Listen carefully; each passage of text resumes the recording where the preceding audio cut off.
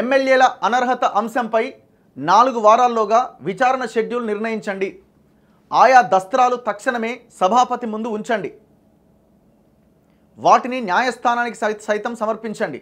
లేదంటే సుమోటోగా తీసుకొని తిరిగి విచారణ చేపడతాం. పిటిషన్లపైన స్పీకర్ కార్యాలయ కార్యదర్శికి హైకోర్టు ఆదేశాలు ఇచ్చింది. సో స్పీకర్ కార్యాలయ సెక్రటరీకి ఇచ్చిన ఆర్డర్స్ అన్నమాట ఇవి. హైకోర్టు ఒకప్పుడు ఇట్లాంటి విషయాల్లో కోర్టులు అసలు జోక్యం చేసుకోకపోతుండే, పెద్దగా అసలు చర్చే రాలే. మీరు 2014లో కేసీఆర్ టీడీపీ ఎమ్మెల్యేలుగా తీసుకొని పార్టీలోకి తీసుకొని వాళ్ళకి మంత్రి పదవులు కూడా ఇచ్చిండు. తలసాని అట్లనే దాదాపు 5 ఏళ్ళు నెట్టుకొచ్చిండు. సో ఆనాడు కోర్టులు జోక్యం చేసుకోలే. 2018లో కూడా పార్టీలు విలీనమైనవి, కానీ జోక్యం చేసుకోలే. సరే, ఏదేమైనా ఆలస్యమైన కోర్టులు ఈ ఎమ్మెల్యేల ఫిరాయింపు అంశాన్ని చాలా సీరియస్గా తీసుకుంటాయి, సుప్రీంకోర్టు ప్రధానంగా. సో సుప్రీంకోర్టు బెంచ్ అయితే ఏకంగా మీరు 3 నెలలలోపు నిర్ణయం తీసుకోవాలని 3 మెన్ బెంచ్ కమిటీ చెప్పిన సందర్భం కూడా ఉన్నది. ఇప్పుడు దాన్ని బేస్ చేసుకుని ఇక్కడ పిటిషన్ వేసిన వాళ్ళు కొట్లాడుతూ ఉన్నారు. సో నిన్న మన దగ్గర 10 మంది ఎమ్మెల్యేలు పార్టీ ఫిరాయించారు. దానం నాగేందర్, తెల్లం వెంకట్రావు, ఆయన కడియం శ్రీహరి దగ్గర నుంచి పోచారం శ్రీనివాసరెడ్డి, ఇంకా పైన 10 మంది. సో ఈ 10 మందిలో 3 మీద కేసు వేసారు. ఎందుకంటే ఈ ముగ్గురు పార్టీ ఫిరాయించిన దాని విషయంలో కొంత ఎవిడెన్స్ ఉన్నది. మళ్ళీ వాళ్ళు బ్యాక్ వచ్చే అవకాశం లేదు అన్న కారణం చేత, లేదు ఒకవేళ ఈ 3 మీద డెసిషన్ వస్తే మిగతా వాళ్ళకు కూడా అది వర్తిస్తుంది అన్న కారణం చేత ఆ 3ని టార్గెట్ చేస్తూ బీఆర్ఎస్ వీళ్ళ మీద అనర్హత వేటు వేయమని కోరుతున్నది. సరే, వాళ్ళకి ఎంత అర్హత ఉన్నది అంటే వాళ్ళకి అసలు అర్హత కాదు కదా, కనీసం ఫిరాయింపుల మీద మాట్లాడే నైతిక అర్హత కేసీఆర్కి లేదు. కేసీఆర్ కానీ బీఆర్ఎస్ పార్టీ కానీ అంత 2014-18లో చేసిన దొంగతనం అంతా అదే కదా. పార్టీలకు తీసుకోవాలా, పదవులు ఇవ్వాలా, భూములు ఇవ్వాలా, పైసలు ఇవ్వాలా. ఏకంగా టీడీపీ ఎల్పీని విలీనం చేసుకున్నాడు. బీఎస్పీ నుంచి 2 గెలిస్తే బీఎస్పీ వాళ్ళని తీసేసుకున్నాడు. కాంగ్రెస్ నుంచి గెలిస్తే కాంగ్రెస్ నుంచి 12 మంది ఎమ్మెల్యేలను కొనేసిండు. సో ఇట్లా నిన్న బీఆర్ఎస్ నుంచి కాంగ్రెస్లోకి వచ్చిన ఎమ్మెల్యేల విషయంలో హైకోర్టు మాట్లాడింది. ఎమ్మెల్యేల అనర్హత పిటిషన్ల వ్యవహారం కీలక మలుపు తిరిగింది.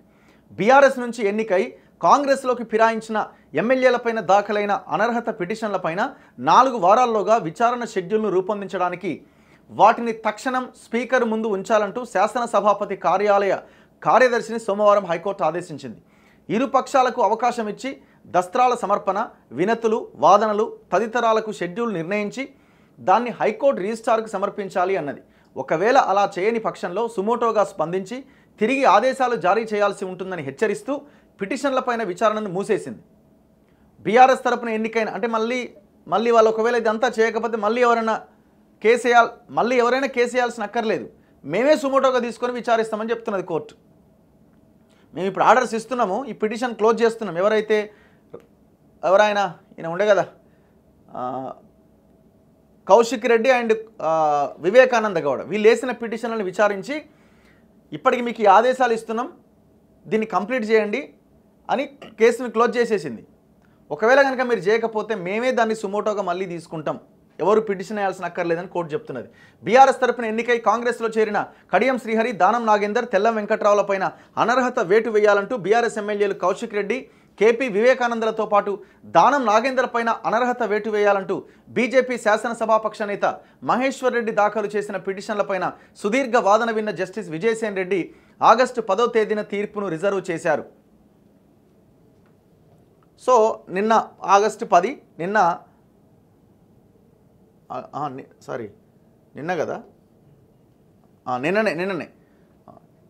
ఏమన్నాడు జస్టిస్ విజయసేన్ రెడ్డి గారు అంటే, రాజ్యాంగంలోని అధికరణ 226 ప్రకారం కోర్టు విచక్షణాధికారం విస్తృతం.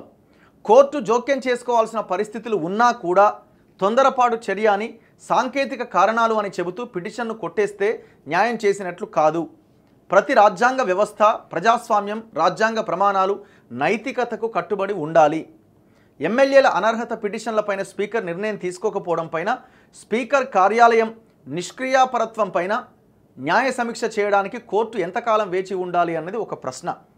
దీనిపైన సభ గడువు ముగిసే 5 ఏళ్లు వేచి ఉండాలని చెప్పజాలరు. సభ గడువు ముగిసేదాకా స్పీకర్ మౌనంగా ఉన్నా కోర్టులు చేతులు ముడుచుకునే ఉండాలా? అలా ఉండడం రాజ్యాంగ ఆదేశాలకు, ప్రజాస్వామ్య సూత్రాలకు విరుద్ధం. స్పీకర్కు ఉన్న రాజ్యాంగ హోదా, స్పీకర్ కార్యాలయ గౌరవ హోదాలను దృష్టిలో ఉంచుకొని షెడ్యూల్ నిర్ణయానికి స్పీకర్ కార్యాలయానికి ఈ కోర్టు ఆదేశాలు జారీ చేస్తోంది.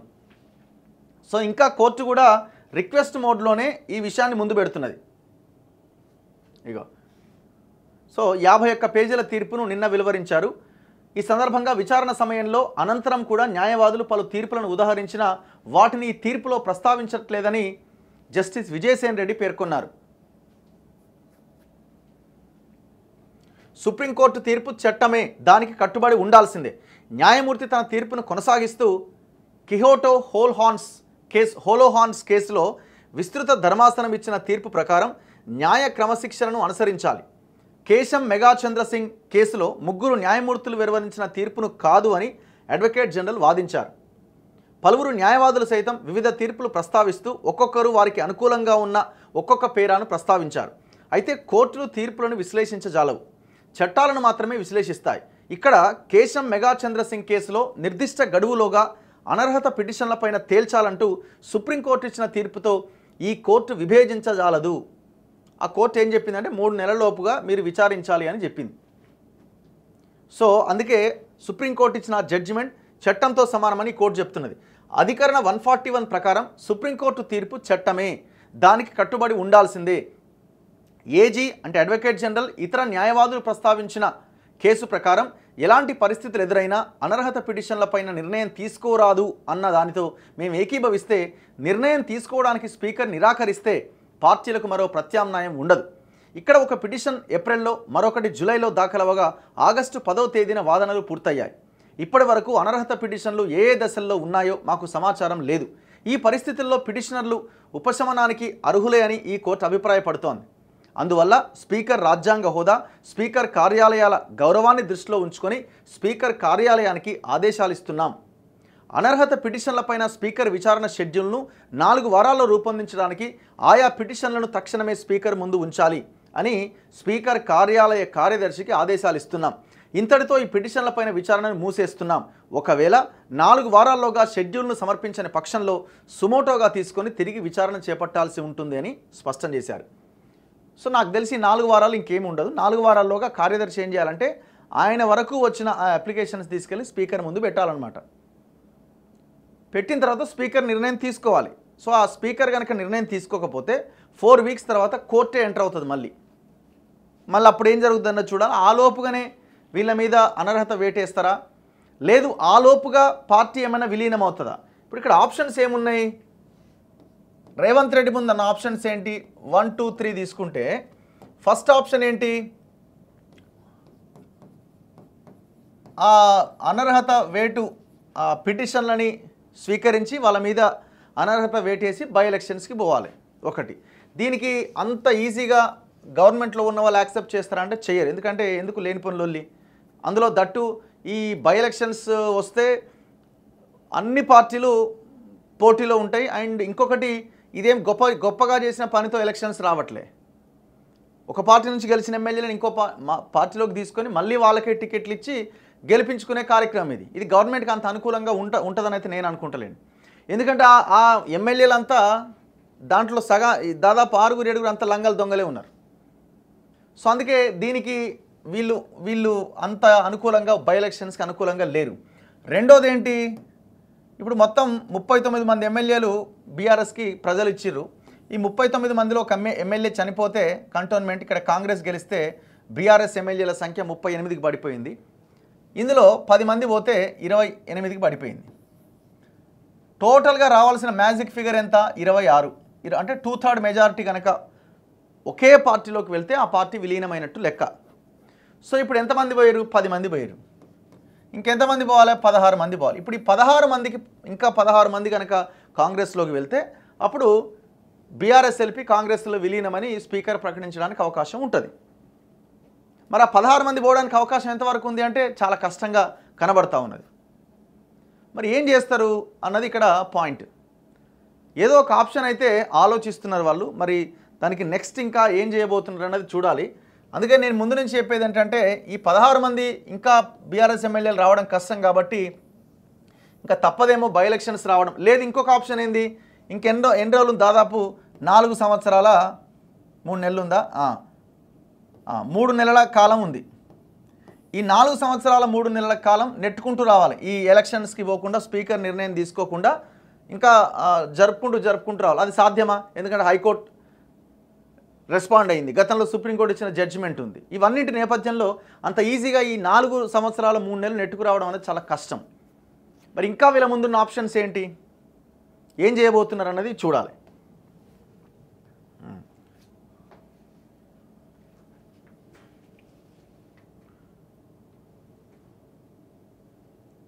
చలో, అయితే ఇక్కడ ఎవరో మాట్లాడుతున్నారు. ఎవరైనా హైకోర్టు తీర్పు కాంగ్రెస్కు చెంపపెట్టు, దానం కడియం తెల్లం ఎమ్మెల్యే పదవులు కోల్పోవడం ఖాయం, బీఆర్ఎస్ నేతలు కేటీఆర్ హరీష్ రావు. మాట్లాడేటప్పుడు జర వెనక ఇట్లా చూసుకున్నారు ఏమన్నా, గురువింద గింజ అని ఉంటుంది కదా, దానికి కింద నల్లగా ఉంటుంది, దానికి కనబడదు అది కలర్. ఇలాది కూడా అట్లే ఉన్నది. మీరు చేసిన దుర్మార్గం ఏంది? 2014లో 18లో మీకేం అర్హత ఉన్నది మాట్లాడడానికి? మీరు మాట్లాడితే ఎవరైనా రిసీవ్ చేసుకుంటారా? మీరు మాట్లాడడం వల్ల కాంగ్రెస్కి అడ్వాంటేజ్. ఇప్పుడు మీరు ప్రెస్ మీట్ మీడియా ముందుకు వచ్చి ఫిరాయింపు ఎమ్మెల్యేలను రాజీనామా చేయమనేది రాజ్యాంగ వ్యతిరేకం అంటే మరి నువ్వేం చేసినావే అన్న క్వశ్చన్కి నీ దగ్గర ఆన్సర్ ఉందా? దీనికి వీళ్ళు ఏం చెప్తారంటే మేము లేదు మేము పార్టీ ఫిరాయింపులు కాదు, మేము పార్టీని విలీనం చేసుకున్నాం అంటారు. పార్టీ విలీనం ఒక్కసారి జరిగిందా? ఇప్పుడు 12 మంది ఎమ్మెల్యేలు ఒకేసారిగా గంప గుత్తగా వచ్చి నీ పార్టీలో జాయిన్ కాలే. ఒక్కొక్కరు ఒక్కొక్క పీరియడ్ ఆఫ్ టైంలో వచ్చి నీ పార్టీలో జాయిన్ అయ్యారు. చాలా తెలివిగా నువ్వు ఏ మీటింగ్లో వాళ్ళని అటెండ్ కానివ్వకుండా చాలా తెలివిగా ఉండి ఆ పార్టీ ఫిరాయింపు ఎమ్మెల్యేలను 12 మందిని పార్టీలో చేర్చుకున్నావు, ఒక్కొక్కరిని. నీ పార్టీలోకి ఒకేసారి 12 మంది రాలే. మరి నీ పార్టీలోకి 12 మంది చేరే క్రమంలో ఫస్ట్ ఎమ్మెల్యే నీ పార్టీలోకి వచ్చినప్పుడే కాంగ్రెస్ నుంచి ఆ ఫస్ట్ ఎమ్మెల్యే మీదనే అనర్హత వేటేసి ఉంటే కాంగ్రెస్ విలీనం అయిపోయి ఉండేది కాదు కదా. ఆ రోజు బై ఎలక్షన్స్ వచ్చేవి కదా. నువ్వు ఆ బై ఎలక్షన్స్ నుంచి తప్పించుకోవడానికి నువ్వు చేసిన పని ఏంది? నీకేం అర్హత ఉన్నది? మీకు సిగ్గు శరం ఏమి లేదు. బట్టలు ఎప్పుకొని బర్వాతలో తిరుగుతున్నారు వీళ్ళు. మీరు చేసిన దొంగ పని వీళ్ళకి అడ్వాంటేజ్గా మారుతున్నది. అయినా సరే మాలాంటి వాళ్ళం ఏం మాట్లాడుతున్నాం? ఎవడు పార్టీ మారినా వాడు రిజైన్ చేయాల్సిందే, ఎలక్షన్స్ రావాల్సిందే.